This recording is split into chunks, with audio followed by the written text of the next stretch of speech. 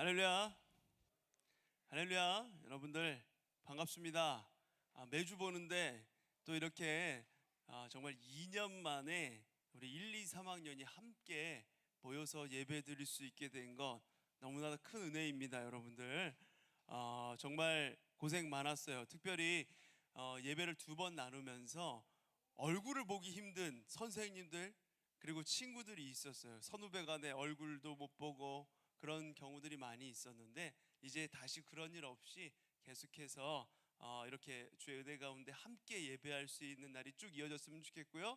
그 가운데 우리 고등부가 이제 뭐 수련회랑 여러 가지 행사들을 회복하여서 정상적으로 이렇게 모든 행사들이 진행되고 수련회도 진행되고 그랬으면 좋겠습니다. 여러분들 그런 마음으로 계속해서 기도해 주시길 바라고요. 우리 이 시간에 이 기쁜 날에 함께 먼저 기도로 주님 앞에 나아가며 예배하도록 하겠습니다. 이 시간에 기도하실 때 하나님, 주님의 은혜를 감사를 드립니다. 하나님, 주님께서 우리를 지키시고 보호하여 주시고 이렇게 오랜만에 함께 1, 2, 3학년이 전체가 예배드릴 수 있게 해주셔서 감사합니다. 주의 은혜 가운데 나아가는 오늘 예배가 되게 하여 주시옵소서. 성령 하나님, 오늘 예배 가운데 충만하게 역사해 주시옵소서. 이렇게 우리 이 시간에 한번 기도하며 나아가도록 하겠습니다. 아버지 하나님, 주님의 크신 은혜를 사랑합니다. 아버지 하나님, 주님께서 택하여 부르신 귀한 우리 고등부 친구들 한 명 한 명 주님께서 기억하여 주시고, 아버지 하나님, 우리가 1, 2, 3학년 오늘 함께 예배를 드리는데 아버지 하나님의 한량없는 사랑으로, 한량없는 은혜로 아버지 하나님, 오늘 예배가 성령이 충만한 예배가 될 수 있도록 하나님께서 기름을 부어주시고 주의 은혜를 가득히 채워주시옵소서. 하나님만 바라며 하나님 앞에 나아가는 오늘 예배가 될 수 있도록 하나님 붙들어 주시옵소서. 예배를 통하여서 주님을 만나는 시간 될 수 있도록 1, 2, 3학년 모두가 아버지 하나님, 예배 시간이 바뀐 곳에 올라 들어가지 않고 예배를 사모함으로 주님 앞에 나올 수 있도록 하나님 붙들어 주시옵소서. 특별히 우리 한 번만 더 기도할까요? 이 시간에는 한 번 더 기도할 때 우리 수네르고스 찬양팀에게도 코로나가 찾아와서 찬양 인도하시는 우리 중군쌤 그리고 찬양 인도하는 친구가 이렇게 아파서 못 오게 되었어요. 그래서 오늘 찬양 인도하는 친구가 처음이고 모든 것이 어색한 그런 가운데 또 오랜만에 많은 친구들이 함께 예배하는 가운데 쉽지 않은 시간들일 건데 성령께서 우리 수네르고스 찬양팀과 또한 서포터즈 담당 선생님도 오늘 코로나 걸려서 못 오셔가지고 여러모로 지금 힘든데 우리 오늘 예배가 주님께서 운행하시는 예배가 되도록 우리 수네로고스 서포터즈 모두에게 두려운 마음이 있겠지만 성령께서 안심시켜 주시고 모든 시간 함께하여 달라고 우리 한 번만 더 우리 친구들을 위해서 중보하면서 기도할게요. 하나님, 주님의 은혜를 감사를 드립니다. 아버지 하나님, 오늘 수네로고스와 서포터즈 아버지 하나님, 정말 우리 수고하는 귀한 우리 찬양팀 그리고 음향을 담당하는 우리 서포터즈 친구들입니다. 하나님, 그런데 오늘 담당 선생님들이 코로나로 인하여서 오지 못하였습니다. 하나님, 그래서 여러 가지 것들을 담당하며 많은 중책들을 맡아서 할 때 어려움이 있을 것이고 두려움이 앞설 것인데 하나님께서 함께하여 주시어서 동행하여 주심으로 주님과 함께 기쁨의 찬양의 시간이 될 수 있도록 아버지 은혜의 찬양의 예배 시간이 될 수 있도록 하나님 붙들어 주시옵소서. 주님의 은혜를 사모합니다. 담대하게 하여 주시옵소서. 사랑의 하나님, 감사를 드립니다. 주님께서 택하여 부르신 귀한 오늘 우리가 이렇게 1, 2, 3학년 함께 2년 만에 예배를 드립니다. 아버지 하나님, 주의 은혜 충만한 시간 되게 하여 주시옵소서. 특별히 오늘 교회 창립 33주년 예배입니다. 하나님께서 아버지 하나님 뜻하심이 있으셔서 우리 빛나 교회를 이 땅에 세워주셨습니다. 아버지 하나님의 뜻을, 하나님의 소원을 품고 주님의 비전을 가지고 나아가는 우리 고등부 친구들 모두가 될 수 있도록, 그래서 앞으로의 30년을 열어가는 우리 고등부 친구들이 될 수 있도록 인도하여 주시옵소서. 하나님, 오늘 예배 가운데 함께하여 주시고 하나님, 특별히 수네르고스 그리고 서포터즈 담당 선생님들이 코로나로 인하여서 오지 못하였습니다. 낯선 환경에서 찬양 인도를 해야 되고 음향을 담당해야 되는데 그 손길 성령께서 만져주시고 담대하게 하여 주시며 그 어느 때보다 귀하고 복된 날로 은혜로운 예배의 시간으로 주님께서 만들어 주시옵소서. 주님께 맡겨드립니다. 성령 충만한 오늘 이 시간 되게 하여 주시옵소서. 기뻐 받아 주시옵소서. 감사드리며 주 예수 그리스도 이름으로 기도드립니다. 아멘. 우리 다 같이 일어나셔서 사도신경으로 우리의 신앙을 고백하심으로 주일 예배를 주님 앞에 올려드리겠습니다. 나는 전능하신 아버지 하나님 천지의 창조주를 믿습니다. 나는 그의 유일하신 아들 우리 주 예수 그리스도를 믿습니다. 그는 성령으로 잉태되어 동정녀 마리아에게서 나시고 본디오 빌라도에게 고난을 받아 십자가에 못 박혀 죽으시고 장사된 지 사흘 만에 죽은 자 가운데서 다시 살아나셨으며 하늘에 오르시어 전능하신 아버지 하나님 우편에 앉아 계시다가 거기로부터 살아있는 자와 죽은 자를 심판하러 오십니다. 나는 성령을 믿으며 거룩한 공교회와 성도가 교제와 죄를 사하여 주시는 것과 몸이 다시 사는 것과 영원히 사는 것을 믿사옵나이다. 아멘.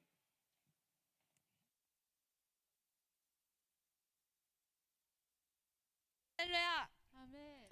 주님의 성전에 오신 여러분들을 환영하고 축복합니다. 원래 건반만 맡았던 제가 진짜 이런저런 사정으로 인해서 지금 이 자리에 여기 서 있게 되었는데 많이 부족하고 떨리지만 이 떨림이 우리 모두가 주님을 사랑하는 마음이 되었으면 좋겠습니다. 찬양하며 나갑시다.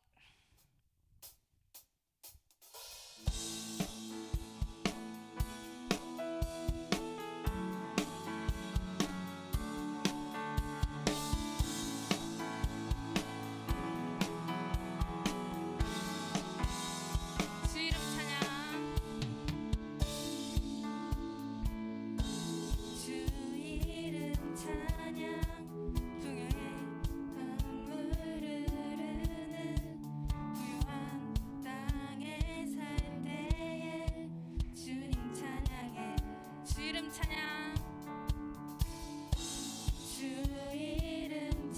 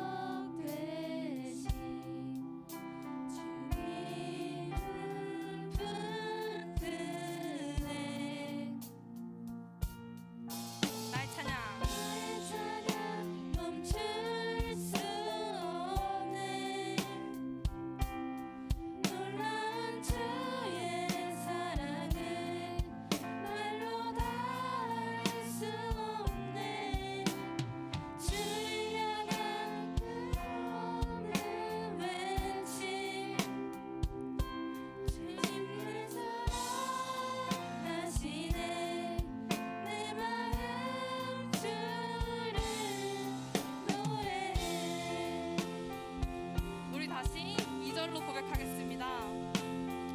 어둠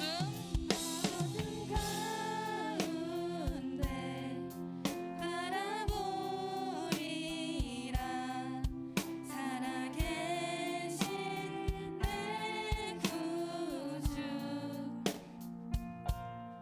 날 감찰하시는 주를 찬양하며 주님과 걸으리. 나의 찬양 멈출 수 없네. 나의 찬양 멈출 수 없네. 놀라운 주의 사랑을 말로 다 할 수 없네. 주를 향한 뜨거움을 외치 주님 날 사랑하시네. 내 마음 주를 노래. 나의 찬양 나의 찬양 멈출 수 없네. 놀라운 주의 사랑을 말로 다 할 수 없네. 주를 향한 뜨거움을 외치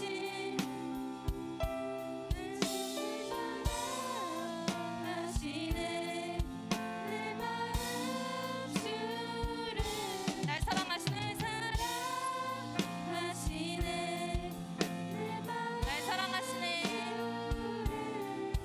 내 사랑하시네. 내 마음 주를 노래해.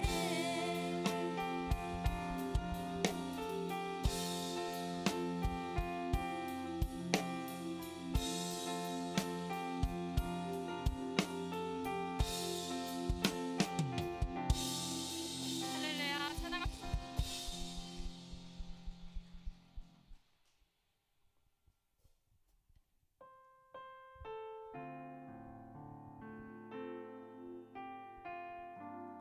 이 찬양 가사가 정말 좋은 찬양이니까 가사에 집중해서 우리 함께 고백하셨으면 좋겠습니다. 좁은 곳을 향하여 날마다 나아갑니다. 내 뜻과 정성 모두어 날마다 기도합니다.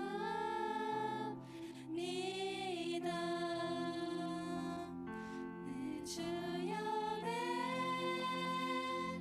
발붙드사 이곳에 서게 하소서. 이곳에서 개하소서. 그곳은 빛과 사랑이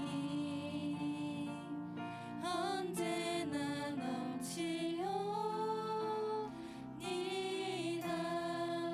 2절로 고백하겠습니다. 죄가 있는 곳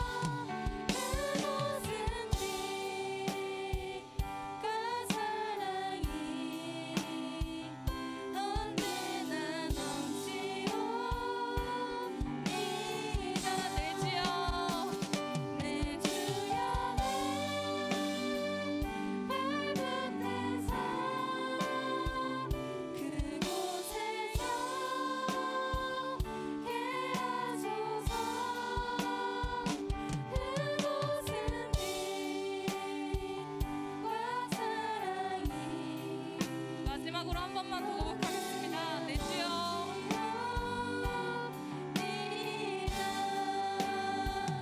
내 주여 내 발붙에서 그곳에서 깨어소서 그곳은 빛과 사랑이 언제나 넘치옵니다. 하나님, 이 시간 우리의 마음을 붙드사 지금 이 시간 서 있는 모든 사람들이 주님의 사랑과 은혜를 넘치는 은혜를 받고 돌아갈 수 있도록 우리 주여 한번 부르고 기도하겠습니다. 주여.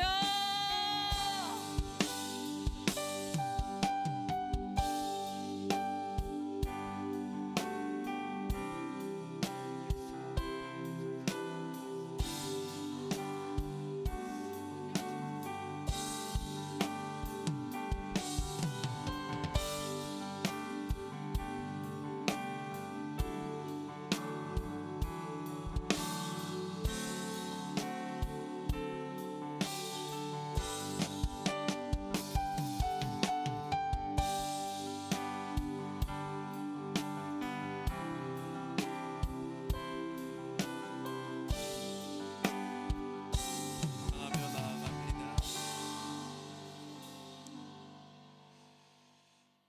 사랑의 하나님, 주님의 뜻하심이 있으셔서 우리 교회를 33년 전에 빛들로 나타나는 교회로 빛나 교회를 세워주시니 감사를 드립니다. 하나님, 우리 교회의 생일을 맞아 우리도 모두가 같은 마음을 품고 빛들로 나타나 생명의 말씀을 밝혀 그리스도의 날에 자랑할 것이 있는 우리 모두가 될 수 있도록 하나님 인도하여 주시옵소서. 내가 교회이고 우리가 빛나교회라는 것을 기억하며 빛나교회의 일원으로서 하나님의 영광을 위해서 살아가는 복된 우리 고등부 친구들 모두가 될 수 있도록 하나님 인도하여 주시옵소서. 하나님, 오늘 우리가 이렇게 또 창립 기념주일을 맞이하여 무려 2년 만에 2년이 넘는 시간 만에 1, 2, 3학년이 한데 모여서 예배를 드립니다.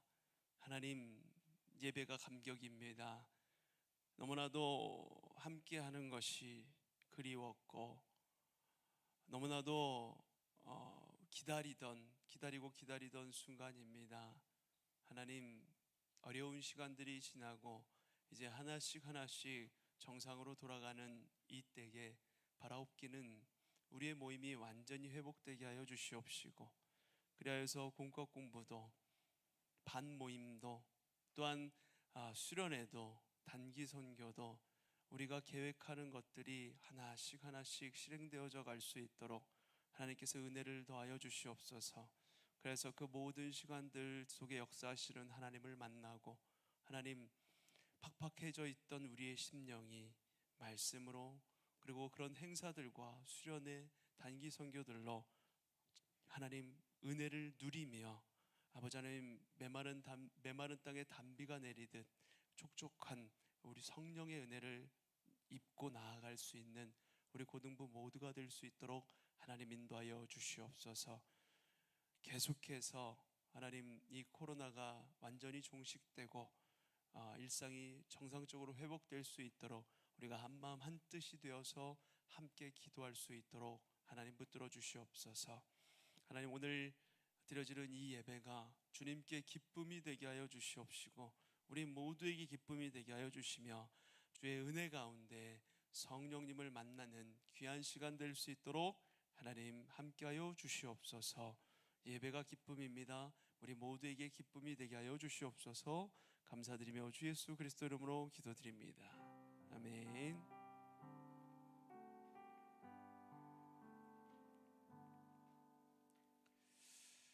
할렐루야. 네, 오늘 우리에게 주신 하나님 말씀은 사도행전 28장 30절에서 31절 말씀입니다. 두 구절 우리가 오랜만에 1, 2, 3학년이 같이 모였으니까 한 목소리로 함께 크게 읽도록 할게요. 시작. 바울이 온 이태를 자기 셋집에 머물면서 자기에게 오는 사람을 다 영접하고 하나님의 나라를 전파하며 주 예수 그리스도에 관한 모든 것을 담대하게 거침없이 가르치더라. 아멘. 자, 오늘 우리가 읽은 이 말씀은 사도행전의 마지막에 해당하는 말씀인데요. 자, 우리가 오랜만에 이 사도행전 28장 마지막을 읽으면서 긴 사도행전의 여정이 끝남과 동시에 우리의 예배가 함께 이렇게 1, 2, 3학년이 예배 드릴 수 있게 되었어요. 우리 옆에를 바라보면서 여러분들이 별로 안 좋아하는 거지만 2학년 올해 들어서 처음 보잖아요. 여러분들 1, 3학년들 이 시간에 예배 드리는데 2학년 이 시간에 온 거 처음 보잖아요. 자, 우리 양옆을 바라보면서 잘 왔습니다, 반갑습니다 하면서 인사할게요. 할렐루야. 네, 반가워요 우리 친구들. 어색함은 어쩔 수 없지만 이거는 하루아침에 해소되는 게 아니고 계속해서 예배드리고 우리가 그렇게도 바라는 수련회가 이루어지면 이 어색함은 한 번에 해결될 거라 생각이 됩니다. 네, 바라고 기도하며 수련회가 꼭 이루어질 수 있기를 여러분들 기도하시기를 바라고요. 오늘 아까 전에 말씀드린 대로 창립 33주년 기념주일이에요. 여러분 나이보다 우리 교회 나이가 한 2배 정도 많죠. 우리 교회가 이렇게 1989년도에 세워졌어요. 주님의 뜻하심이 있으셔서 우리 담임 목사님을 통해서 우리 교회가 세워지고 지금까지 이렇게 은혜 가운데 오게 되었는데, 그 교회의 역사에 대한 짧은 영상을 우리 이따가 이 설교 말씀이 끝나면 함께 보고, 또 우리 교회가 앞으로 어떻게 가야 할지 우리 목사님 말씀도 잠깐 듣고, 그리고 뭐 생일 축하도 하고 이런 시간 갖도록 할게요. 여러분들도 교회에 내가 빛나교회 공동체에 속한 사람으로서 이렇게 어른들만 그런 영상 보고 이렇게 감격하고 할 것이 아니라 여러분들도 보면서 교회가 이렇게 세워졌구나, 교회가 이런 방향으로 나가고 있구나, 이런 것들 여러분들이 이제 알아야 될 때라고 생각해요. 그래서 조금 시간이 길 수 있지만 이따가 설교 후에 함께 축하하는 시간도 갖고 하도록 하겠습니다. 자, 우리가 사도행전 이제 마지막 구절을 읽었는데 작년에 봤던 사도행전 앞부분 작년에 봤었어요. 그리고 우리가 지지난주부터 보았던 이 사도행전 후반부 내용을 종합하는 마지막 말씀이 오늘 읽은 말씀이에요. 사도행전 28장 30절 31절. 자, 우리가 지난주에 본 것처럼 유대 종교 지도자들은 바울이 자기 민족 유대인들을 선동해서 로마의 반역을 일으키려 한다는 명목으로 바울을 고소했습니다. 하지만 바울은 그런 짓을 한 적이 없었기 때문에 당연히 아무런 증거도 증인도 찾을 수가 없었어요. 이런 경우라면 무혐의 판정으로 풀려나는 게 정상인데, 그런데 이 유대 총독 벨릭스는 유대인들을 의식해서 무려 2년 동안이나 유대인들의 민심을 잠재우기 위해서 2년 동안 판결을 보류하면서 바울을 감옥에 가두었습니다. 그러는 동안에 유대 총독이 벨릭스에서 베스도라는 사람으로 이렇게 바뀌었다라고 얘기했고, 그리고 바울 사건은 2년 만에 다시 이제 수면 위로 떠오르게 되었어요. 이때 바울은 로마 시민권자의 특권을 이용해서 황제에게 재판을 받고 싶다라고 요청했습니다. 나는 로마 시민권자인데 당신들이 신문하는 거에 끝나지 말고 나는 가이사, 바로 시저 황제를 만날 수 있는 기회를 주십시오. 내가 그 앞에서 나의 무죄함을 그렇게 증언하고 스스로가 이렇게 한번 신문을 받고 무죄 혐의로 풀려날 수 있도록 그렇게 한번 기회를 주십시오, 이랬던 거예요. 요청을 한 거예요. 그래서 바울은 백부장의 보호 감시하에 가이사랴에서 로마로 호송이 됩니다. 그런데 사도행전 27장의 내용을 우리가 오늘 보지는 않았는데, 이 내용을 잠깐 보면은 바울을 태우고 가던 배가 바다 한가운데서 거대한 태풍을 만나요. 그러면서 난파되고 말았습니다. 죽을 고비를 넘겨 배에 탄 모든 사람들이 죽을 위기에 빠졌습니다. 그런데 그때 하나님의 놀라운 은혜로 바울을 비롯해서 물에 빠졌던 모든 사람들이 구조가 됐어요. 그 내용은 오늘 말씀 앞부분에 나와 있는데 오늘 그 내용을 볼 것은 아니고, 바울은 드디어 이렇게 우여곡절 끝에 마침내 그 로마로 가게 되었어요. 로마에 이르게 되었습니다. 사도행전 28장 16절 말씀에 우리가 로마에 들어가니, 이렇게 나와 있죠. 바울이 드디어 로마로 들어간 거예요. 바울은 이렇게 황제에게 재판을 받기 위해서 로마로 오게 되었어요. 아까 이야기한 대로 이 28장은, 우리가 읽은 이 사도행전 28장은 사도행전 그 대단원의 마지막 장입니다. 사도행전의 역사 어떻게 시작되었어요? 오직 성령이 임하시면 너희가 권능을 받고 예루살렘과 온 유대와 사마리아와 땅끝까지 이르러 내 증인이 되리라. 증인이 되기 위해, 하나님의 가족을 만들기 위해서 많은 사도들이 순교하면서 사도 바울이라는 사람을 하나님이 세우시고 세계 방방 곳곳을 다니면서 그렇게 하나님의 복음을 전했습니다. 복음을 전하고 바울이 이제 억울하게 갇혀 있는 거예요. 이런 사도행전의 놀라운 역사 속에 마무리가 되려면 우리 생각엔 어떻습니까? 어떻게 끝나야 될까요? 바울이 황제에게 무죄 판결을 받고 석방되면서 아주 영화 속의 한 장면처럼 성도들의 환호와 축복 속에 이제 다 됐다, 드디어 바울이 무혐의가 됐구나, 이런 교회로 돌아가는 장면, 금이 환영하는 장면으로 끝나야 되지 않을까요? 그래야 시원시원한 맛이 있고 우리가 성경을 읽을 때도 뭔가 카타르시스가 느껴질 거 아니에요. 아, 시원하다, 하나님이 이렇게 역사하시는구나. 우리 다 해피엔딩 원하잖아요, 그렇죠? 권선징악, 주인공이 그 수많은 고초 속에서도 잘 버티고 버텨내어서 마지막에 그 복수를 하고 괴롭히던 사람들 다 때려잡고, 이래야 드라마이고 영화고 그 본 느낌이 들잖아요, 그렇죠? 그러니까 우리 생각대로라면 그렇게 괴롭히던 유대인들, 그리고 바울을 신문하던 그 총독 다 하나님이 그냥 특별한 역사로 그냥 다 물리쳐버리고 바울을 세계 만방에 열방에 세우셔서 이렇게 높이 보여주시고 모두가 바울 앞에 꿇어 엎드렸더라, 뭐 이런 식으로, 그러면서 하나님의 이름이 드러났더라, 이렇게 끝나면 좋겠다라는 생각이 들잖아요. 그런데 실상 그렇지가 않아요. 그냥 얘기가 중간에 뚝 끝나버리는 느낌이 듭니다. 사도행전의 내용상으로 바울은 무죄 판결은커녕 로마 황제 앞에 서지도 못했어요. 지금 28장 다 읽어봐도. 제가 혹시나 어디에 숨어 있을까 해가지고 28장 로마서까지 다 읽어봐도 황제 앞에 섰다는 내용이 없어요. 재판을 기다리느라 또다시 2년 동안 가택에 연금된 상태로 지냈습니다. 가택에 갇혀 있는 거예요. 사도행전은 이대로 끝나버립니다. 뭔가 찜찜해요. 끝나고 나서도 뭔가 개운하지가 않고 찜찜한 내용의 그런 드라마나 영화를 본 그런 느낌이 든다는 말이죠. 자, 이제 사도행전의 마지막 28장은 바울이 로마에 도착해서 2년 동안 가택연금 상태로 지내면서 무슨 일을 했는지 대략적으로 기록이 되어 있어요.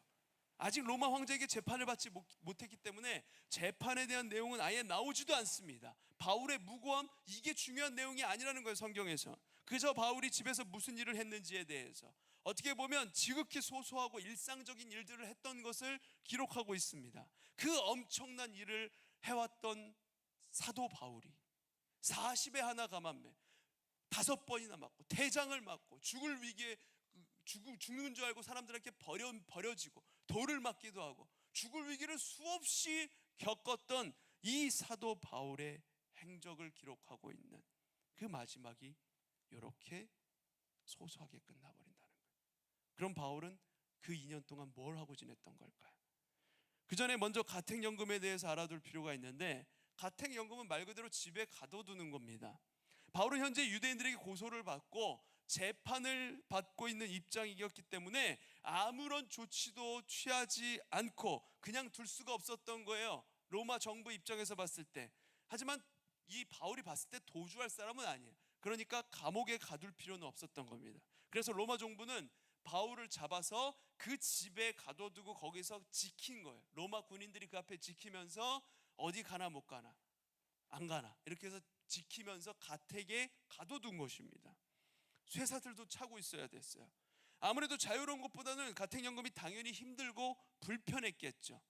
그래도 일단 감옥에 갇히는 것보다는 가택연금이 그나마 조금은 더 나았을 거예요. 바울은 장소를 정할 수 있었고, 그리고 비록 집 밖으로 나가지는 못해도 손님을 맞아들일 수는 있었으니까. 그래서 바울은 집을 하나 얻어서 손님들을 맞아들이면서 지냈습니다. 집을 하나 얻어서 손님들을 맞이하고 손님들과 함께 있었다. 이게 사도행전 28장에 기록된 이 사도 바울의 로마에서의 2년간의 생활의 모습이에요. 30절 말씀을 쉬운 성경으로 보면 이렇게 나옵니다.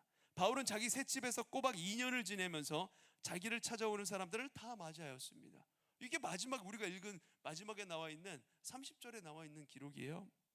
이렇게 바울은 가택연금되어 있는 2년 동안 찾아오는 손님들을 맞이하면서 그들에게 복음을 전했습니다. 그냥 식사하고 뭐 이렇게 맞아드리고 하는 게 아니라 복음을 전했어요. 31절을 우리 한 목소리로 한번 읽어보겠습니다. 시작. 하나님의 나라를 전파하며 주 예수 그리스도에 관한 모든 것을 담대하게 거침없이 가르치더라. 아멘. 이렇게 사도행전이 마무리되는 거예요. 아까 말했듯이 바울이 로마로 오게 된 이유는 황제에게 재판을 받기 위해서였습니다. 사도행전은 이 과정을 서술하는데 무려 사도행전 25장, 26장, 27장, 28장 4장을 할애했어요. 바울이 여러 사람들에게 신문받는, 죄가 없는데 고소를 당하고 신문받는 내용을 사도행전 25장부터 28장까지 4장이나 걸쳐서 이렇게 기록을 했더라고요. 로마에 이르기까지의 과정을요. 그런데 정작 로마에 도착했을 때 그 재판의 결과가 어땠는지 우리 결과가 알고 싶은데 그건 쏙 빼놓고 가택연금 얘기만 하다가 그냥 끝나버린다는 거예요. 그 이유가 뭘까요? 그것은 바울이 로마에 오게 된 궁극적인 목적 때문에 그렇습니다. 바울이 로마로 온 것은 표면적으로 봤을 때에는 로마 황제에게 재판을 받고 무고함을 선고받기 위해서 온 것 같아요. 그러나 지난주에 본 것처럼 유대인들의 상소와 핍박을 통해서, 천부장을 통해서, 벨릭스 총독과 베스도 총독을 통해서, 그리고 이스라엘의 왕 헤롯 아그리빠를 통해서 역사하셨던 하나님의 인도하심, 그것이 바로 하나님의 결국이었습니다. 억울하게 재판을 받는 상황처럼 보이지만 그 대적들이 자기들이 뭘 하는지도 모르는 채 바울이 로마로 가는 도구로 사용되어진 거예요. 유대인들의 상소가, 그리고 벨릭스 총독과 베스도 총독의 신문 과정이 결국엔 하나님의 뜻을 이루어가는 과정이었다는 것입니다. 그리고 그 로마에 당도하게 되는 궁극적인 목적은 바로 예수 그리스도의 복음을 전하기 위함이었어요.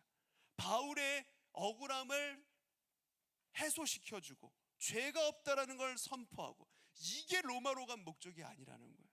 하나님의 뜻이 이루어지는 과정, 복음이 로마에 선포되는 과정, 그곳에 그 여러 가지 신문을 통하여서 마지막에 바울이 로마로 가게 되었다는 것입니다. 하나님께서 약 3년 전에 바울에게 로마로 가게 될 거라고 말씀하셨을 때 그때 이미 목적이 복음 전파를 위해서라고 하셨죠. 지지난주에 우리가 봤던 말씀, 사도행전 23장 11절 말씀 같이 읽습니다. 함께 읽을게요. 시작. 그날 밤에 주께서 바울 곁에 서서 이르시되 담대하라, 내가 예루살렘에서 나의 일을 증언한 것 같이 로마에서도 증언하여야 하리라 하시니라. 아멘. 분명하게 나와 있어요. 하나님께서 뭐라고요? 로마에서 하나님의 복음을 증언하게 될 거라고 이미 바울에게 말씀하셨어요. 바울이 신문받고 있고 여러 고통을 당하고 있고 유대인들에게 죽을 뻔했던 그때에 주님이 위로해 주시면서 만나 주시면서 바울에게 이렇게 말씀하신 거예요. 너는 로마로 가게 될 건데 그곳에서 하나님의 말씀을 전하게 될 거야.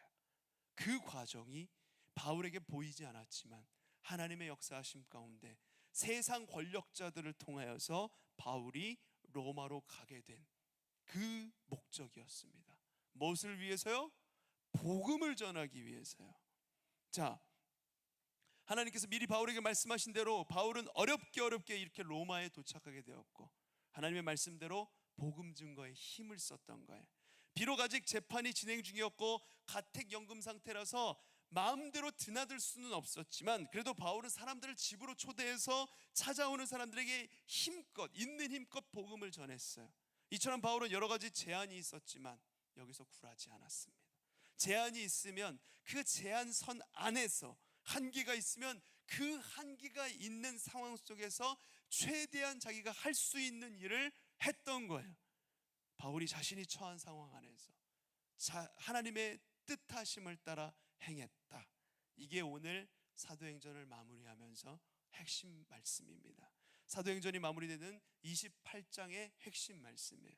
우리가 생각했을 때 바울이 로마에 도착했을 때 가장 이상적인 그림은 아마 도착하자마자 황제를 만나고 황제에게 재판을 받고 무죄 판결을 받아서 보란듯이 석방되고 그날부로 로마 시내 한복판에서 수많은 사람들에게 복음을 전하고 몇만 명씩 그 놀라운 예수님을 믿게 되고 이러면 얼마나 좋겠어요. 얼마나 멋있겠어요. 우리의 생각은, 우리의 이상은 그렇게 가 있는데 그렇지가 않은 거죠. 실상은. 제가 이제 신학 대학교를 들어가고, 여러분 이제 고등학교 이제 그때 열심히 공부했는데 하나님의 뜻하심에 따라 제가 원래 다른 꿈이 있었지만 어떻게 해가지고 신학 공부를 하게 됐어요. 신학 대학교를 들어가게 되었어요. 신학 대학교 들어가서 처음에 보니까 군목이라는 게 있어요. 군목. 군대에서 목사가 되는 거예요. 군대에서 목사가 된다는 건 장교가 된다는 걸 의미하는 겁니다. 중위, 최소 중위로 가서 그 다음에 뭐 대위, 뭐 이렇게 소령 이렇게까지 진급할 수 있는, 그 사회적으로 봤을 때도 굉장히 높은 위치이고, 그렇게 군대에서 복음을 전할 수 있는 그런 기회가 되기 때문에 군목, 이걸 마음에 품었어.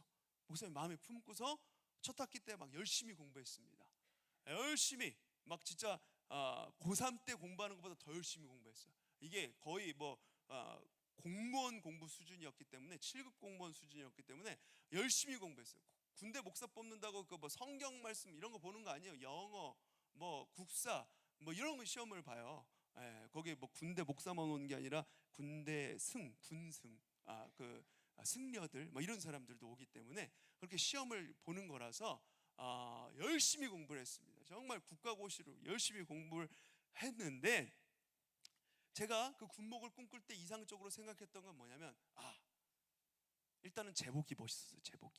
제복이 이렇게 군대 제복 이렇게 쫙 멋있는데, 여기 이렇게 딱 십자가가 이렇게 있거든요. 여기 옷깃에 십자가가 이렇게 쫙 있고, 여기에 뭔가 이렇게 뭐가 이렇게 막 있어. 뭔지 모르겠는데 되게 멋있는 거야. 이렇게 딱 그 각진 모자 딱 쓰고 이렇게 오면은 사람들에게 이렇게 뭔가 인기가 있을 것 같은 거였죠.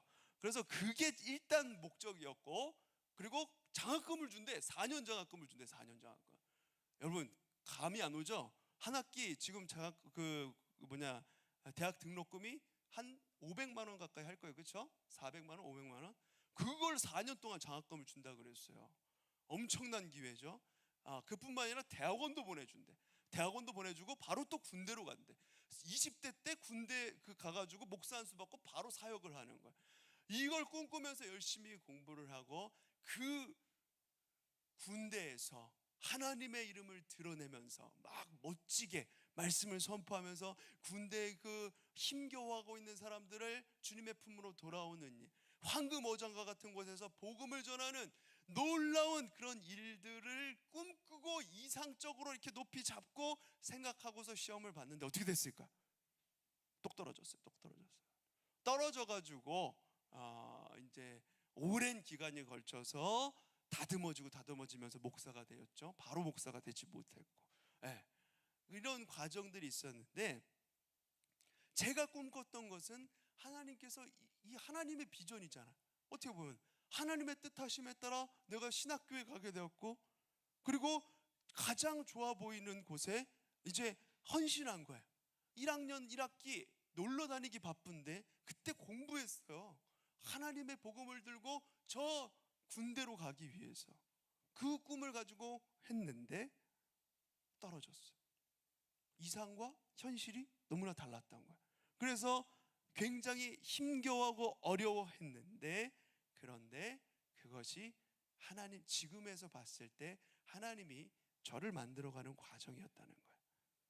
그때 바로 군복으로 하나님이 합격시켜주고 보내줬으면은 세상 높은 줄 모르고 엄청 교만해졌을 거예요, 목사님. 그래서 하나님이 깎고 다듬어 가시는 과정이었고, 그 과정을 통해서 가장 좋을 때 여러분들을 만난 거예요. 감사한 일이죠. 어쨌든 바울의 우리 바울의 그 사도행전 이야기를 읽으면서 우리의 생각은 어때요? 가장 이상적인 그림은 무죄 판결 받고 많은 사람들 앞에 바울이 무죄다. 야 봐라, 바울이 옳다니까. 그러면 바울이 전하는 복음이 어떻게 될까요? 힘이 있잖아요. 수만 명씩 막 주님 앞에 돌아오고 이런 역사가 일어났으면 좋겠어요.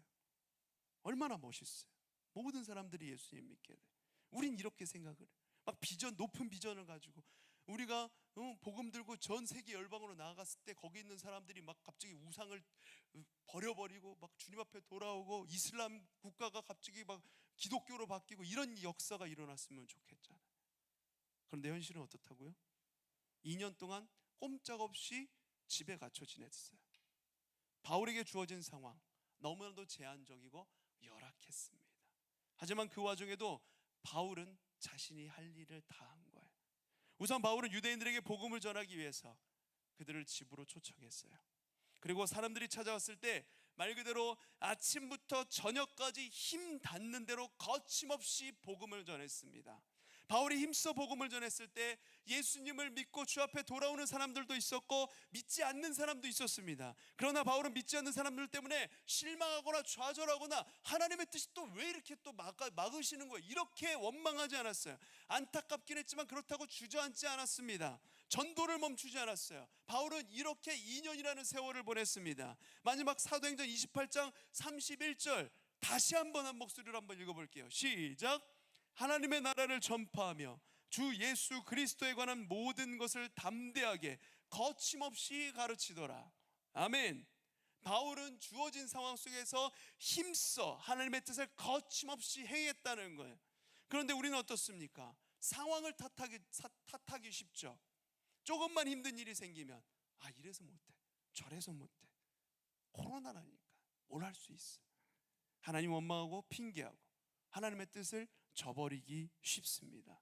바울처럼 가택연금 상태에서 그 한계 안에서도 어떻게든 복음을 전하려고 하는 것이 아니라 가택연금이 끝나야 뭘 할 수 있겠지, 2년간 내가 뭘 할 수 있겠어.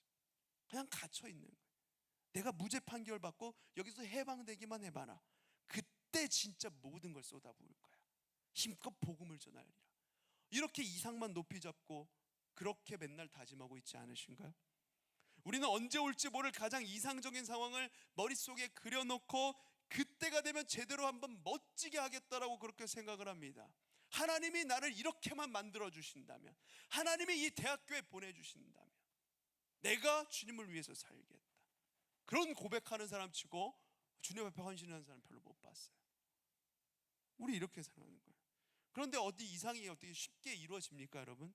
이상은 모든 것이 정확하게 딱딱 내 계획대로 맞아떨어지는 상황, 그런 상황 생기지 않아요. 잘 사도행전 25장 28장 기록된 이 바울의 여정만 봐도 그렇잖아요. 뭐 하나 깔끔하게 흘러가는 게 없습니다. 무슨 장애물이 그렇게도 많은지, 뭐 이렇게 걸리적거리는 게 많은지. 물론 결과적으로 보면 바울이 로마에 도착하긴 했지만 그 과정까지도 원하는 방향대로 흘러간 것이 아니었죠. 그 과정이 그야말로 엉망진창이었습니다. 위태위태했고 오리무중의 상황이었어요. 그런데 바울은 그 모든 과정 속에서 항상 최선을 다했다는 거예요. 이게 가능했던 이유는 바울은 이상 속에만 머무는 게 아니라 현실 속에서 사명을 감당했던 사람이기 때문에 그렇습니다. 바울은 로마로 호송되는 배에 올라탔을 때 그 배 안에서 항해의 위험성을 경고했어요. 풍랑을 만나 배가 휘청거릴 때 그 배 안에서 하나님의 말씀을 전했습니다. 풍랑을 만나서 이렇게 울렁울렁거리는, 모두가 막 기진맥진 토하고 평생을 배를 탔던 사람도 버티기 힘든 상황에서 하나님의 말씀을 전했어요. 그러다 마침내 배가 난파되어서 망망대해에 표류할 때 또 그 상태에서 사람들을 이끌었어요. 가택연금 상태에서도 마찬가지였죠. 집에 갇힌 채로, 쇠사슬에 묶인 채로 바울은 언제나 주어진 현실 속에 움직인 사람이었습니다. 이 중에 이상적인 것이 있어 보이나요? 아니 괜찮기라도 한 상황이 있어 보이나요? 없습니다. 하나도 없어요. 그럼에도 불구하고 바울은 이상적이지 않은 그런 상황에 내 생각과 다르게 자꾸만 어려움이 찾아올 때 그것에 굴하지 않았다는 거예요. 현실을 외면하지도 않았고 현실 속에 주저앉지도 않았어요. 그저 주어진 현실 속에서 자신이 할 수 있는 일을 무엇인지 찾아내서 그대로 행했던 겁니다. 우리는 항상 이상적인 상태를 꿈꿔요. 이상적이라는 건 거창하고 대단한 거 아닙니다. 그저 우리가 무엇인가를 하기에 가장 적합한 최적의 상태를 뜻하는 거예요. 예를 들면 내가 오늘 갑자기 어제 일찍 자서 그런지 오늘 보니까 아침에 눈이 번쩍 떠지는 거야. 막 새벽 5시에 눈이 떠져. 그래서 전혀 피곤하지 않고 개운한 데다가 마침 기도 제목도 있었고 오늘따라 유난히 기도하고 싶은 그런 마음이 솟구쳐서 당장 자리를 박차고 일어나서 새벽 예배를 가는 상황. 이게 바로 여러분들이 마음속에 품고 있는 새벽 예배에 나가기에 가장 이상적인 상태 아닙니까? 우린 이걸 한마디로 줄여서 이렇게 얘기하잖아요. 일어나게 되면 갈게요. 특세 나와라. 영적 전쟁하자. 일어나게 되면 갈게. 못 일어나니까 못 일어날 거니까 이렇게 말하는 거예요. 그 시간에 저절로 일어나지면 새벽 예배에 오겠다. 이건 진짜 말도 안 되는 이상적인 상태입니다. 이런 일은 평생 몇 번 있을까 말까요? 목사인 저도 그런 일 없어요. 얼마나 힘든지 맨날 이렇게 딱 일어나면은 갈까 말까 막 고민해요. 막 오늘은 한번 집에서 기도하면 되잖아. 뭐 이렇게 고민하게 된단 말이에요. 쉽지 않아요. 저절로 일어나서 뭐 새벽 예배 오고 오는 사람 없습니다. 꾸역꾸역 새벽 예배 가기 위해서 의지를 가지고 일어나는 거예요. 그러니까 일어나게 되면 가겠다. 이 말은 사실상 안 오겠다는. 일어나게 되면은 그 시간에 예배 드릴게요. 안 하겠다는 거야, 안 하겠다는 거야. 이것 말고도 이상적인 상황을 설정해 놓고 거기에 딱 맞는 상황이 펼쳐지면 그때 뭔가 하겠다라는 그런 생각, 이런 건 얼마든지 있죠. 많은 친구들 이런 얘기해요. 아직 진로를 확실하게 정하지 못해서 동기부여가 안 돼서 공부가 손에 잡히지 않는다. 그런 친구가 그리고 있는 이상이 무엇입니까? 진로가 기도 좀 했더니 딱 정해졌어. 그래서 꿈을 이루기 위해서 공부하고 싶다는 마음이 막 마음속에서 막 샘솟는 거예요. 막 솟구치고 가정이든 친구든 뭐든 간에 공부에 방해가 될 만한 그런 어떤 상황도 발생하지 않고 조용하게 내가 집중할 수 있는 환경이 생기고, 이런 이상적인 상태가 되면 내가 열심히 공부할게. 오직 공부에만 전념할 수 있어. 이런 생각을 하는데 어떻게 되겠어요? 그게 공부하지 않겠다는 거예요. 죽었다 깨라도 공부 못하겠다는 얘기예요. 여러분 오해하지 마시길 바래요. 진로를 결정하고 꿈을 정하면 아무래도 동기부여가 돼요.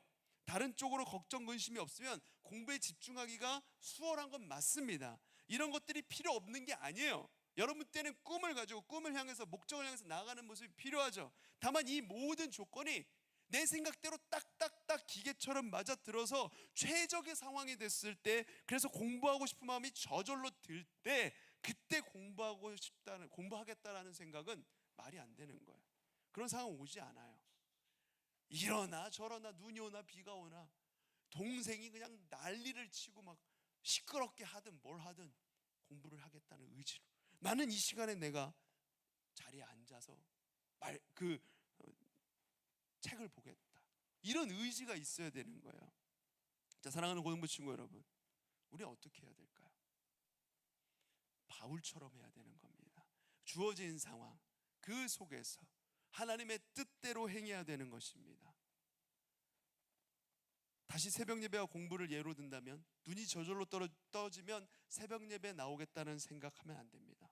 그런 일은 절대 일어나지 않아요. 새벽 예배 드릴 마음이 있다면, 우리가 정말 예배하고 싶은 마음이 있다면 억지로 눈을 뜨고 몸을 일으켜 세워야 되는 것입니다.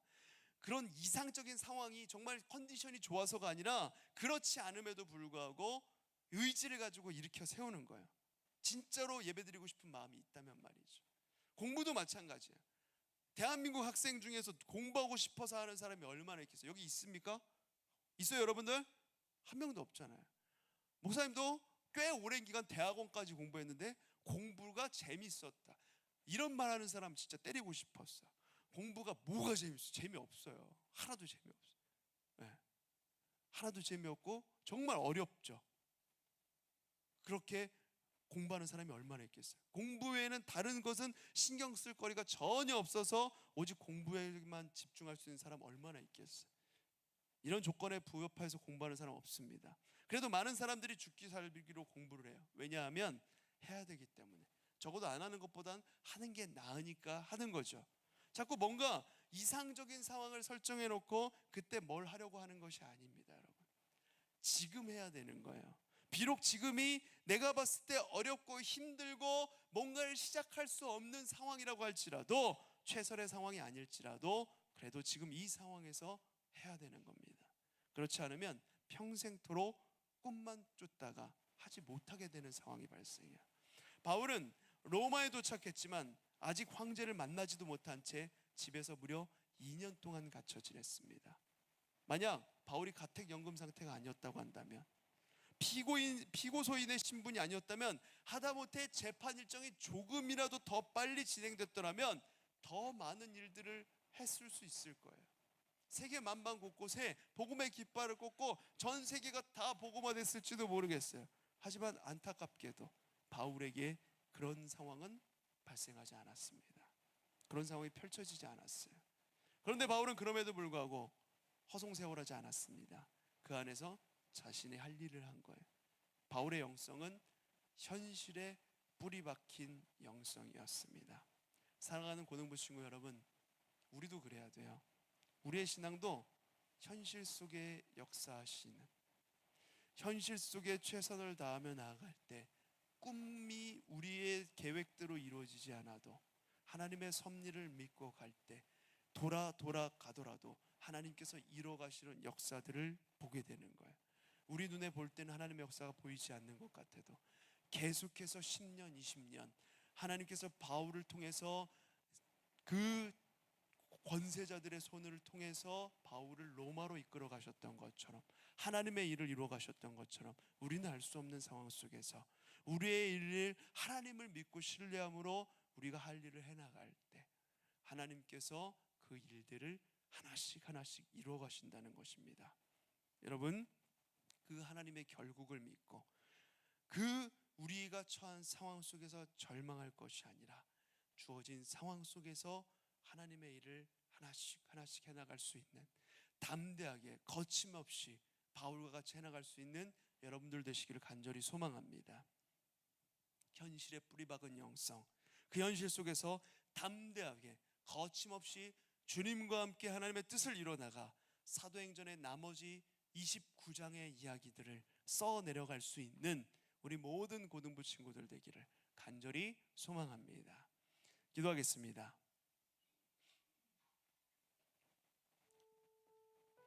하나님 아버지, 이렇게 사도행전 속에 역사하신 하나님을 우리가 하나씩 살펴보았습니다. 바울은 성령께서 명하신 대로 예루살렘에 갔다가 죽을 고비를 여러 번 넘기고 참소하는 유대인들의 저항, 그리고 천부장, 총독 유대왕의 신문 등 여러 위기를 맞았습니다. 성령께서 하라고 해서 한 것뿐인데 억울한 일을 수없이 겪고 또 겪었습니다. 그러나 그것을 통해서 주의 뜻대로 로마로 가게 하신 것을 우리가 보았습니다. 대적들을 통해서 오히려 선으로 바꾸셨고 하나님의 뜻을 이루어 가신 것을 보았습니다. 그뿐이 아니라 어렵게 로마로 들어가서 또 2년간 가택연금을 당하며 왕 앞에는 서지도 못했고 자신의 억울함이 풀어지지도 못하고 이 이야기, 사도행전 28장까지의 이야기가 끝나게 된 것도 보았습니다. 하나님의 일이 뭔가 거창하게 우리의 생각과 이상대로 끝나야 될 것 같은데 그렇지 않은 모습에 우린 당황하기도 합니다. 하나님께서 비전을 보여주셨다면 멋지게 이루어 가셔야 되는데 현실이 그렇지 않은 것을 보면서 절망하기도 합니다. 그러나 하나님의 일은 보이지 않는 가운데에서도 교회를, 사도들을 든든히 세워가시면서 역사하고 계셨고, 바울이 거침없이 담대하게 가택연금된 그곳에서 복음을 전하면서 이루어져 가는 것을 우리가 보았습니다. 우리에게 보이는 현실이 녹록지 않고 우리가 무엇을 해야 될지 모를 때 하나님의 일이 어떻게 이루어져 가는지 믿음으로 바라볼 수 있는 눈을 허락하여 주시옵소서. 우리가 어떤 이상적인 상황을 설정하고 그것이 믿음이라 생각할 것이 아니라 모든 상황 속에 역사하시는 하나님을 볼 수 있는 믿음, 그 눈이 우리에게 있게 하여 주시옵소서. 그래서 일상 속에 담대하게 거침없이 그 이후의 이야기, 사도행전 29장의 이야기를 써내려가는 우리 모두가 되게 하여 주시옵소서. 감사드리며 예수 그리스도 이름으로 기도드립니다. 아멘. 네, 우리 헌금 드리시기 전에 먼저 교회 창립 영상 한번 보시고 교회 생일 축하 한번 하고 그다음에 헌금을 드릴게요.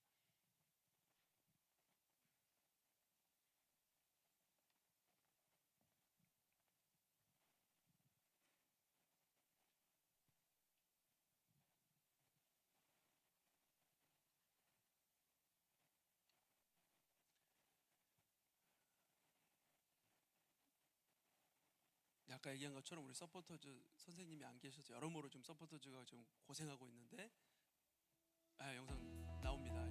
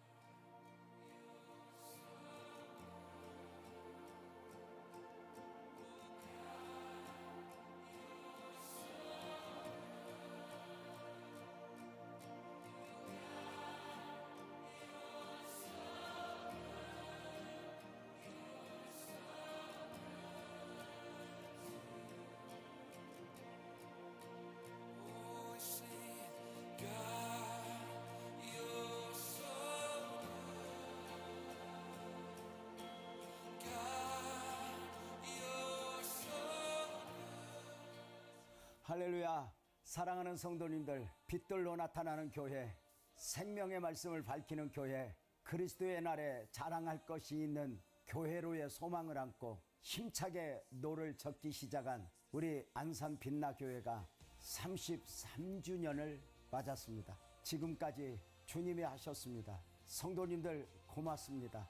헌신해 주셔서, 희생해 주셔서, 내려놓아 주셔서, 그리고 함께 해 주셔서 고맙습니다. 창립 33주년, 오늘이 더 복된 것은 합력하여 선을 이루시는 하나님께서 우리 빛나교회의 미래를 그리게 하신 것입니다. 그래서 근본 33주년의 주제는 이음입니다. 다음 세대를 향하여 믿음을 물려주고, 은혜를 물려주고, 사명을 물려주고, 다음 세대는 그 믿음을, 사명을, 은혜를 물려받아 주님의 소원을 이루어드리는 교회로 또 한 번 힘차게 도약하는 것입니다. 지나온 33년 주님이 하셨듯 앞으로의 33년 주님이 하실 것입니다. 성도님들 고맙습니다. 우리는 함께이고 우리 모두는 빛나교회입니다. 주님의 교회입니다. 다시 한번 우리 마음을 모두어 또 한번 주님이 하실 일들을 꿈꾸며 지금까지보다 앞으로 더 크게 역사하실 그 주님을 품고 힘차게 달려갑시다. 성도님들 평안하셔야 합니다. 행복하셔야 합니다. 건강하셔야 합니다. 영적으로 풍성하셔야 합니다. 성도님들 사랑합니다. 할렐루야. 사랑하는 성도님들, 그동안 안녕하셨습니까? 제가 이곳에 온 지 2주가 되었는데 벌써 우리 빛나교회의 예배가 그립고 우리 성도님들이 너무나 보고 싶습니다. 저는 이곳에 와서 좋은 프로그램에 참석하고 또 좋은 분들을 만나면서 하나님께서 저를 이곳에 보내신 이유를 하나씩 알아가고 있는 중입니다. 창립 33주년을 맞은 우리 안산 빛나교회 그 축제 예배 현장에 함께 할 수 없어서 너무나 아쉽고 안타깝지만 이 먼 곳에서 오늘 정말 하나님의 은혜가 가득한 날 되기를 응원하며 기도하겠습니다. 우리 목사님과 우리 장로님들 그리고 사랑하는 성도님들 건강하시고 행복하시기를 기도하겠습니다. 안녕히 계세요.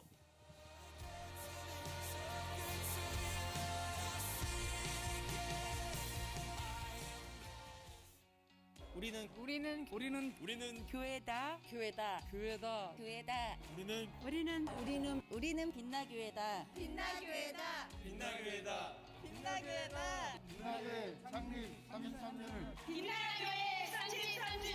빛나교회 창립 33주년. 빛나교회 창립 33주년 축하합니다. 축하합니다. 사랑합니다.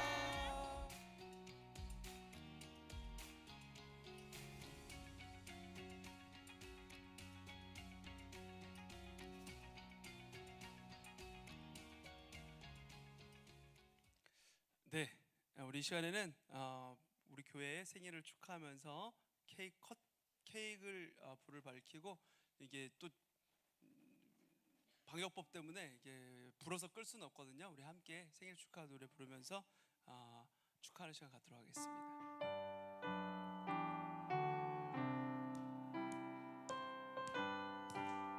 생일 축하합니다. 생일 축하합니다. 생일 축하합니다.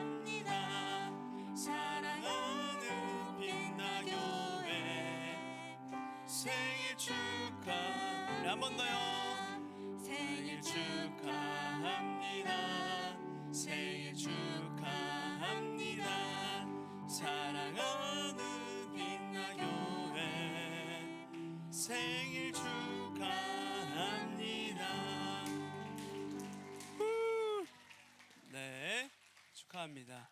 여러분, 어른들이 하는 행사에 우리가 뭐가 이렇게 관심도 없고 뭐 누군지도 잘 모르겠는데 뭐 이런 거 왜 하냐 싶은 친구들도 있겠지만, 여러분, 교회가 있기에 우리가 있는 거예요. 주님께서 우리 교회를 세우셨고 뜻하심 가운데 여러분들이 태어나기 훨씬 전에 89년도에 우리 교회를 세우셨고, 여러 우리 믿음의 선배들, 믿음의 뭐 할아버지 할머니들이 이렇게 계속 믿음을 이어오면서 여러분들이 그걸 이어받게 된 것입니다. 이것이 은혜이고, 여러분들 한 명 한 명이 지금 나는 아무것도 아닌데 이럴 수 있겠지만 여러분들 한 명 한 명이 우리 교회 성도이고 빛나교회 그 자체예요.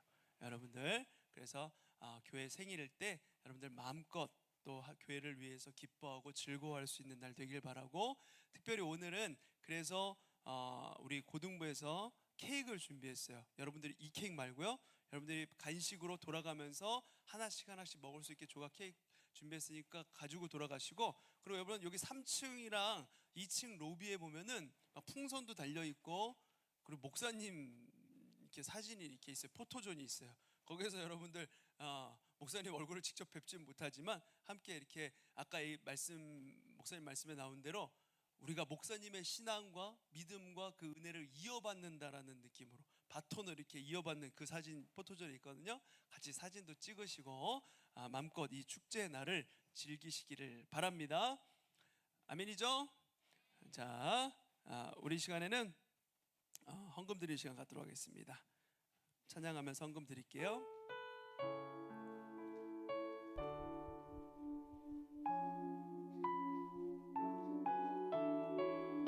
불 다 켜주세요. 이 땅의 내 삶이,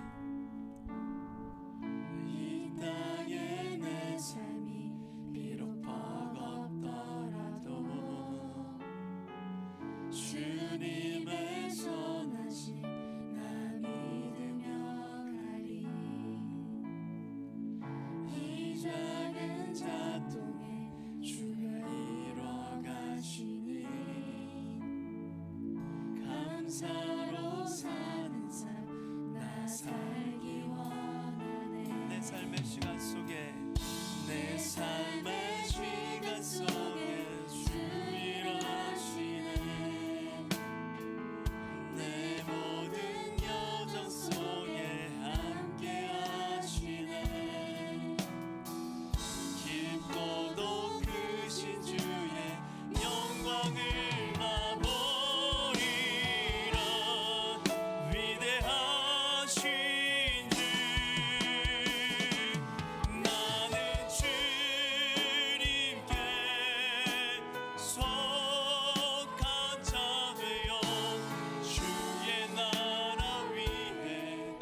전심으로 살리라 주의 마음에 합한 자 되어 맡기신 소명 이름 나는 주님께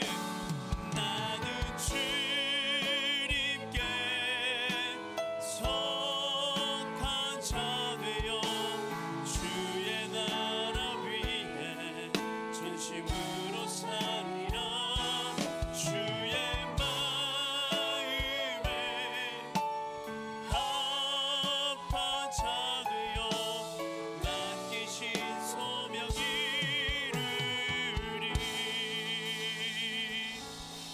아멘. 하나님 아버지, 주님은 선하십니다. 우리는 작고 연약하나 주님이 선하시고 주님이 크시기에 하나님의 그 열심이 결국 주의 뜻을 이뤄가는 줄 믿습니다.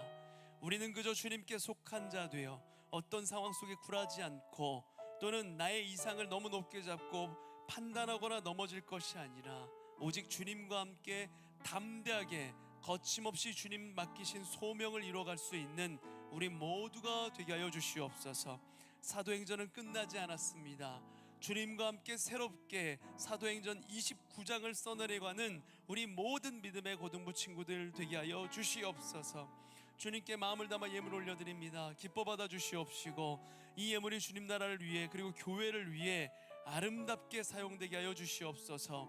드린 손길 위에 하늘의 신령한 은혜로 함께 하여 주시옵소서. 주님, 이렇게 함께 다시 예배 드릴 수 있게 해주셔서 감사드립니다. 예배가 우리에게 기쁨과 위로가 되게 하여 주시고 주를 향한 사랑이 더 커져가는 우리 빛나고 오등부 공동체가 되게 하여 주시옵소서. 하나님, 오늘 창립 33주년입니다. 우리 교회 주님께서 보내주셔서 감사합니다. 주님이 택하신 귀한 우리 빛나교회가 주님의 뜻하심 가운데 함께 뜻을 모아서 하나님을 믿음으로 하나님의 그 은혜를 갈망함으로 앞으로 33년 40년을 더욱더 우리 고등부가 함께 열어갈 수 있도록 주님의 은혜를 허락하여 주시옵소서. 감사드리며 우리를 구원하신 예수 그리스도 이름으로 기도드립니다. 아멘. 네, 감사합니다. 자, 오늘 새로 온 친구가 있어요. 새로운 친구 먼저 소개하도록 할게요. 태어나서 교회 처음이래요. 우리 예담이 친구 안예기, 우리 3학년 안예기, 우리 축복하면서 우리 저쪽을 바라보면서 함께 축하하며 찬양하도록 하겠습니다.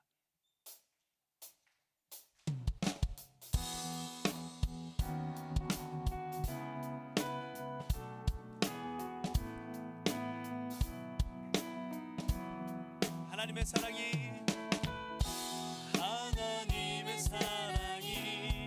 당신의 삶 가운데 가득하기를 축복합니다. 하나님의 은혜가 우리 가운데 가득하길 기도합니다. 한 번 더 찬양할게요. 하나님의 사랑이 당신의 삶 가운데 가득하기를 축복합니다. 하나님의 은혜가 우리 가운데 가득하길 기도합니다. 가득하길 기도합니다. 가득하길 기도합니다. 축복합니다.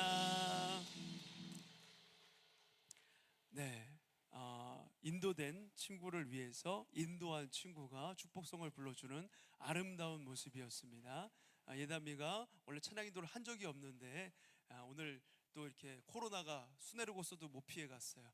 수네르고스 우리 인도하시는 중군 쌤이 오늘 코로나가 걸리셔가지고 이렇게 또 대타로 찬양 인도하게 됐는데 너무 은혜로웠죠, 여러분?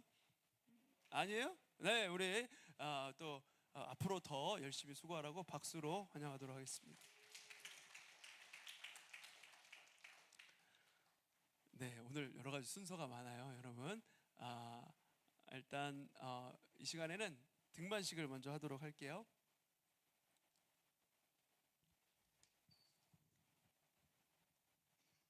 지금으로부터 2022년 6번째 등반식을 시작하도록 하겠습니다. 재학생들은 모두 자리에서 일어나 주시기 바랍니다.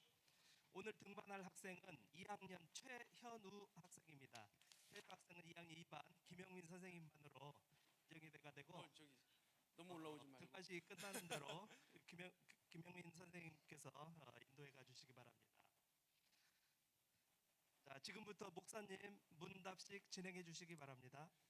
자, 현우 손 이렇게 들어주시고 질문하는 거에 네로 대답하면 돼요. 하나님이 우리를 창조하셨고 예수님이 우리를 구원하시기 위해 이 땅에 오신 하나님의 아들이요 성령님은 우리로 하여금 하나님과 예수님을 믿을 수 있도록 도와주시는 분이시라는 것을 믿습니까?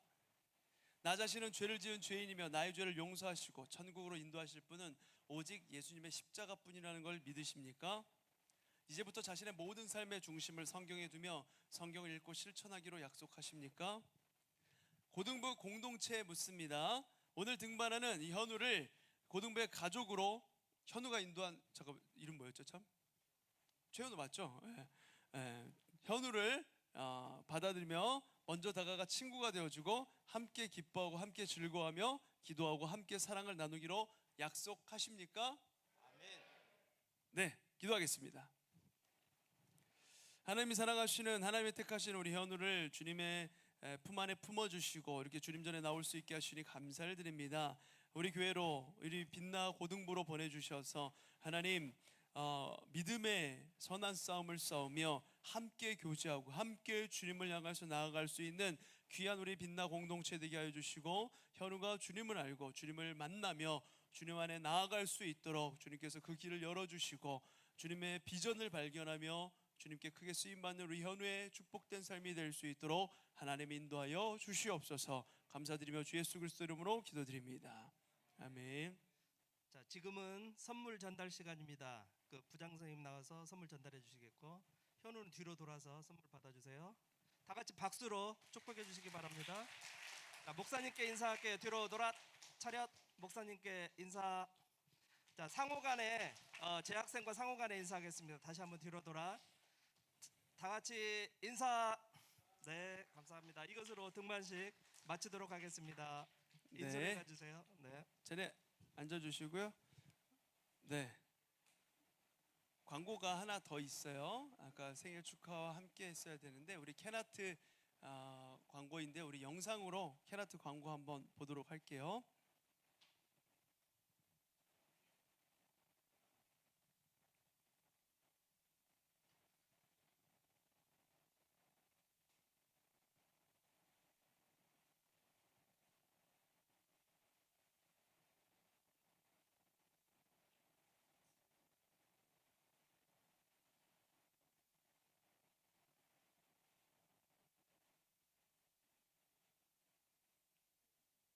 옆으로 더 끌고 와야 될 것 같아요. 좀 더 끌고 와, 좀 더. 그렇지.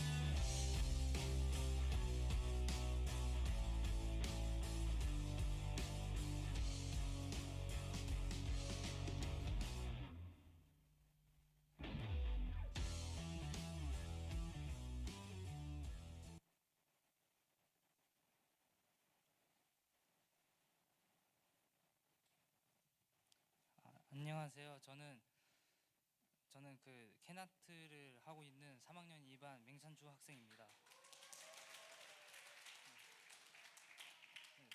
제가 이 자리에 온 이유는 그 캐나트 홍보를 위해서 왔는데요. 그 캐나트는 그 동역자라는 의미로 그 주님과 함께하겠다는 그러한 마음가짐을 가지고 이제 원곡동 다문화 그 길거리에서 그 쓰레기 줍기 봉사를 합니다.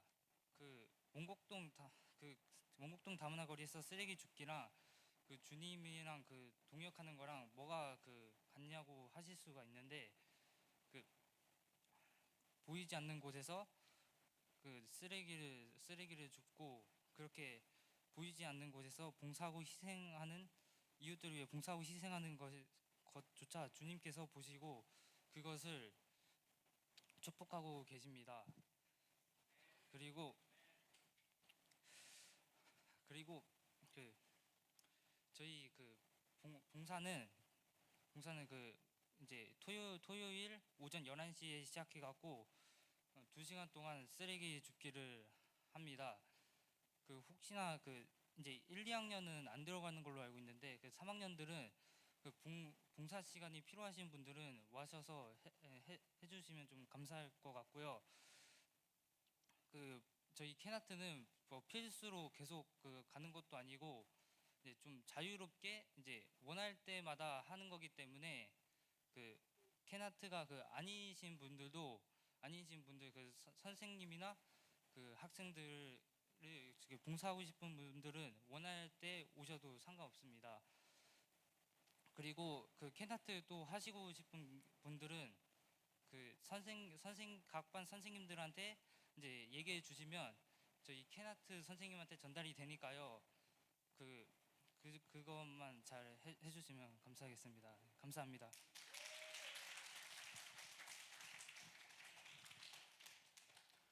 자, 캐나트가 한 2년간 코로나 때문에 좀 활동을 많이 못했어요. 그러다가 올해 들어서 지금 활동을 시작을 했습니다. 2월 말부터 이제 뭐 기도로 준비를 하면서 3월 달에 이제 본격적으로 진행을 했는데, 토요일 날 여러분 11시에 여러분 자고 있을 시간일 수도 있는데 그 시간에 의미 있게 또 하나님의 나라를 위해서 주변 이웃들을 사랑하는 마음으로 봉사하고자 하는 친구들 토요일 날 나오시면 돼요. 캐나트가 아니어도 상관없습니다.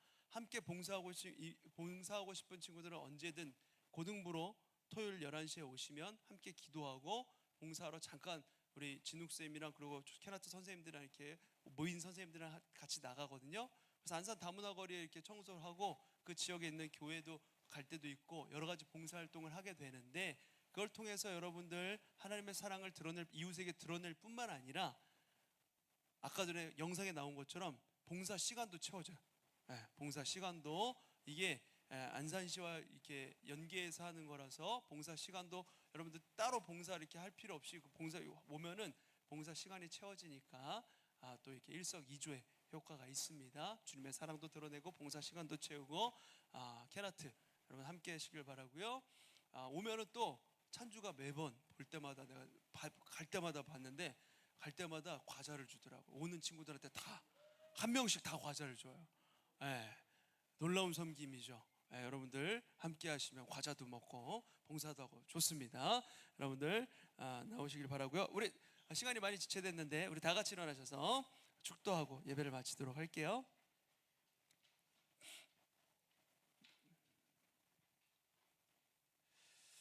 아버지 하나님, 문을 열고 나가면 세상입니다.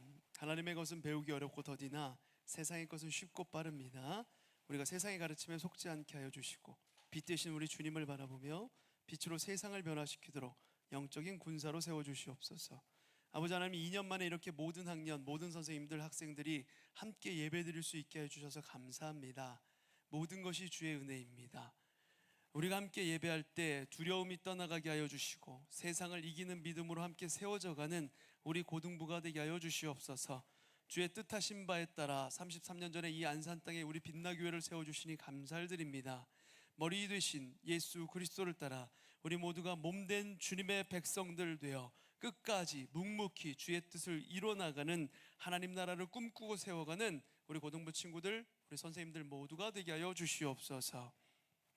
지금은 교회의 머리가 되신 예수 그리스도의 은혜와 성부 하나님의 다함없는 사랑하심과 성령 하나님의 감화 감동 내재 충만 함께 하심의 은혜가 주를 향한 감사와 사랑으로 교회를 세워가며 하나님 나라를 세워 주님이 하셨습니다, 주님이 하실 것입니다 고백하며 나아가기 원하는 모든 고등부 친구들 머리 위에, 사랑하는 우리 교사 선생님들 머리 위에, 모든 가정과 교회 위에, 이 나라의 민족 온 세계 열방 위에 지금으로부터 영원까지 함께 하실지어다. 아멘.